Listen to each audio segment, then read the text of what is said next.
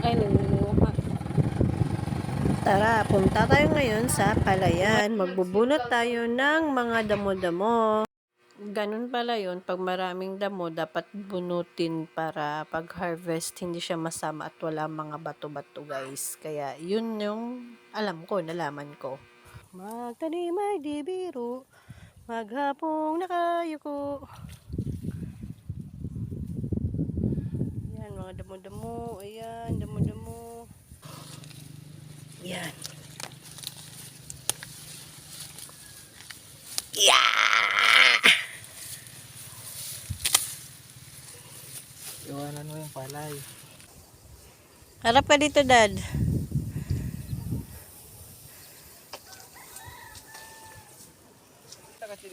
Bus yung palay mo.